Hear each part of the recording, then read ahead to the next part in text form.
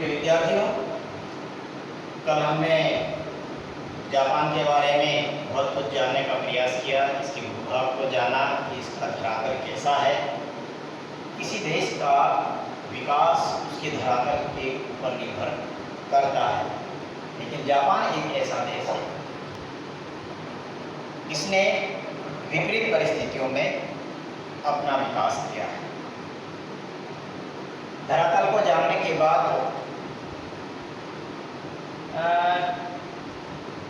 किसी भी देश के विकास में नदियों की महत्वपूर्ण भूमिका होती है। जिस देश के पास समृद्ध जल संसाधन है, समृद्ध नदियां वाला देश हो, तो वह देश अपने आप में समृद्धशाली होता है। जापान को हम देखते हैं, कल हमने देखा कि पूरा ही मध्यवर्ती भाग उसका पहाड़ी भूभाग है। इस पहाड़ी भूभाग से जो नदियां निकलती हैं बड़ी ही तीव्रगामिनी है। साथ ही साथ तीव्र होने के कारण ये पहाड़ों से मलबा भी बहुत अधिक मात्रा में आती है। जो थोड़ी बहुत लंबी नदियां होती है वो बड़े मैदानों का निर्माण करती है। शेष छोटी छोटी नदियां हैं वो अपने तीव्रता के कारण आगे बहती हैं और समुद्र में जाकर के मिल जाती है। क्योंकि ये भूभाग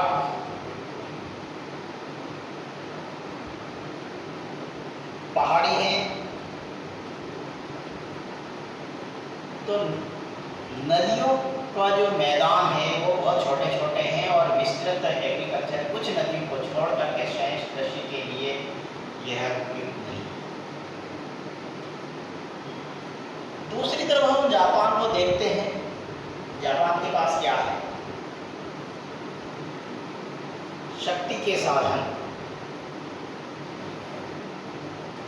आज अमेरिका को देख लीजिएगा, दूसरे चाइना को देख लीजिएगा या भारत को देख लीजिएगा, उसके पास कोयला भी है, पेट्रोलियम भी है, प्राकृतिक गैस भी है। और ये जो तीन चीजें हैं वो उद्योगों के लिए बहुत आवश्यक है। औद्योगिक विकास के लिए ये शक्ति के साधन होने अति आवश्यक है। अब हम जापान में जाते हैं।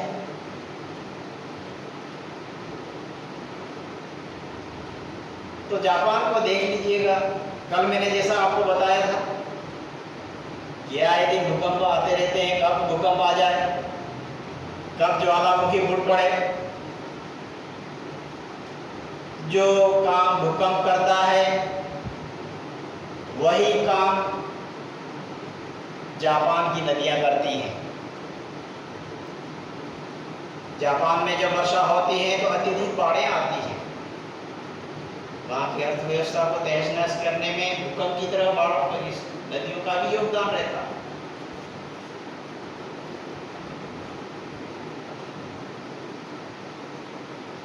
इसके बावजूद भी जापान की छोटी छोटी नदियां जापान के लिए वरदान है।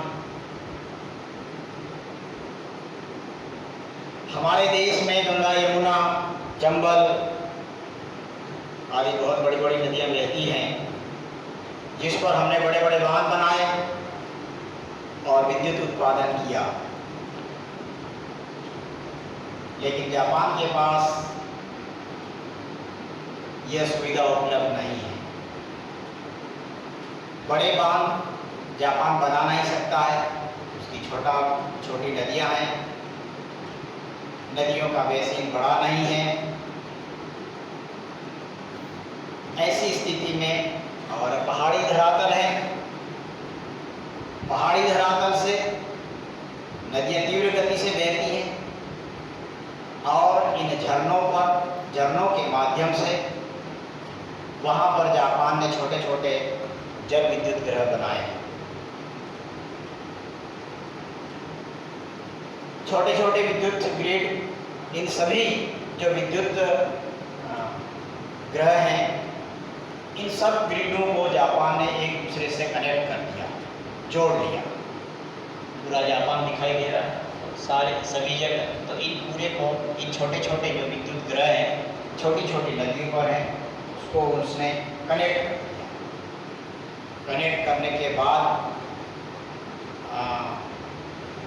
विद्युत संग्रह करके अपने उद्योगों को भी शक्ति प्रदान करता है। इस तरह से जापान अपने नदियों का बेहतर उपयोग करता है। कुछ नदियाँ वर्ष भर बहती हैं, इसके बाद जापान की अधिकांश नदियाँ, ये तीव्रगामिनी नदियाँ हैं, गर्मी की ऋतु में सूख जाती हैं।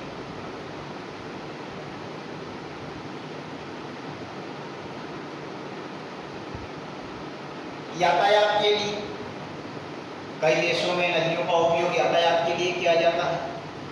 जापान के लिए यह भी सुविधा उपलब्ध नहीं है। तीव्रगामिनी नदियाँ होने के कारण बाढ़ आती हैं, इसमें यातायात भी जापान में नहीं हो पाता है नदियों के द्वारा। लेकिन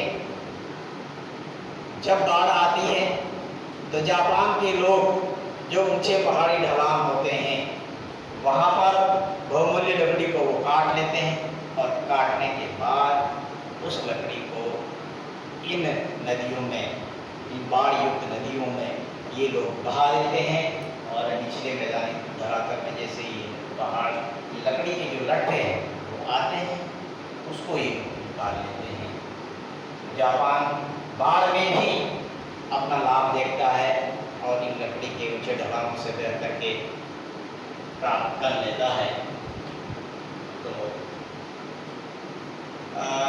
महत्वपूर्ण नदियों में क्वांटो का जो मैदान है, टोनेगावा नदी एक लंबी नदी बहाव के रूप में बहती है।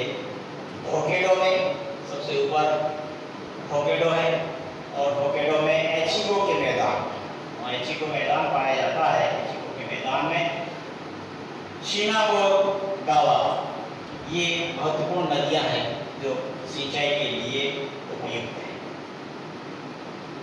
सर्वाधिक जो लंबी ये नदियाँ हैं, जो 150 मील से भी अधिक लंबी है। इसके बाद जापान की जो शेष नदियाँ हैं वो 125 मील से छोटी हैं। अब हम जापान की कुछ झीलों के बारे में देखते हैं। तो जापान में जो झीलें हैं, जापान की झीलों को हम 4 भागों में बांट सकते हैं। भूगर्भिक हलचलों से बनी झीलें, नंबर 1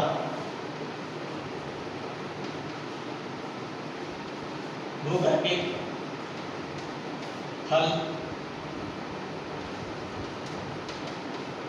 हलचलों से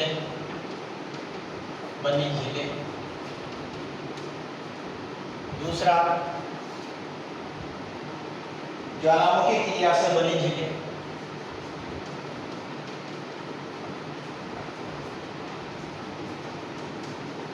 क्रिया से बनी झीलें। थर्ड नंबर अवरोधक मुंडेरों द्वारा, अवरोधक मुंडेरों द्वारा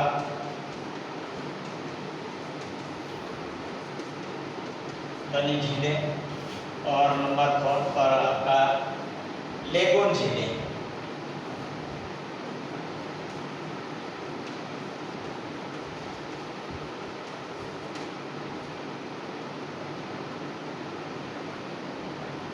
रिंग ऑफ फायर, प्रशांत महासागर के अग्निमेखला पर उपस्थित होने के कारण जापान में भूगर्भिक हलचलें हमेशा बनी रहती हैं, है ना।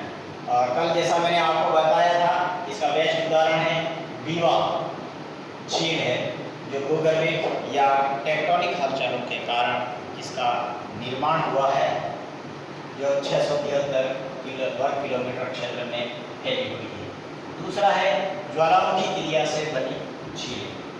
ज्वालामुखी कई बार लावा का प्रवाह होता है, दो पहाड़ियों के बीच में अगर लावा अवरोधक के रूप में खड़ा हो जाता है तब वहाँ झील बन जाती है। फिर क्रेटर झीलें, ज्वालामुखी के मुख को हम क्रेटर कहते हैं, ज्वालामुखी के मुख को हम क्रेटर कहते हैं। अब ज्वालामुखी का ये मुख खुला रहता है, लावा का निकलना बंद हो जाता है, तब वहाँ वो पानी भर जाता है। तो इस प्रकार की झीलें जो ज्वालामुखी से निर्मित जो झीलें होती हैं छोटी होती हैं, बट ये अति गहराई में होती है, इसकी गहराई ज़्यादा होती है। तो ज्वालामुखी से बनी झीलें, इसमें कॉन्सुओ, पेडोमे, सुवा और एशिनो इस प्रकार की झीलें के उदाहरण हैं। अवरोधक कुंडेरों द्वारा बनी झीलें, जो हमारी नदियां हैं वो दो, एक तो डेल्टा बनाती है, जैसे हमारी गंगा नदी है वो डेल्टा बनाती है। डेल्टा का अर्थ है समुद्र में गिरने से पहले नदियां कई धाराओं में बढ़ करके गिरती हैं, उसको तो हम डेल्टा कहते हैं। लेकिन सीधी बिना किसी धारा में बटे बाहर से निकलती और सीधी एक ही धारा के रूप में जब नदी समुद्र के अंदर समा जाती है उसको हम एस्चुअरी कहते हैं। और जापान की अधिकांश नदियां डेल्टा नहीं बढ़ती, एस्चुअरी कहलाती हैं। तब इसके मार्ग में जब कोई अवरोध आ जाता है तो उस वहाँ पर झील बन जाती है। इस प्रकार की झीलें अवरोधक कुंडेरों द्वारा बनी झीलों के नाम से जानते हैं। लेकिन झीलें ये समुद्री तटवर्ती झीलें हैं, तो इसके अंदर बैरियर्स बन जाते हैं, रीफ बन जाते हैं, कोरल रीफ बन जाते हैं। इस प्रकार से एक अवरोधक दीवार बन जाती है और उसके पीछे पानी भर जाता है समुद्र के किनारे, तो उसको हम लेकून झीलें कहते हैं। जैसे जापान में चिल्का और पुलिकट झीलें, हमारे देश में भारत में चिल्का और पुलिकट झीलें लेकून झीलें ही है। इसी प्रकार जापान में भी लेकून झीलें जो तरंग निर्मित समुद्रों के ऊपर पाई जाती हैं। तो इस तरह से वहाँ की झीलें, वहाँ की नदियाँ और जापान सीमित संसाधनों का किस प्रकार बेहतर उपयोग करता है हमारे लिए और पूरे विश्व के लिए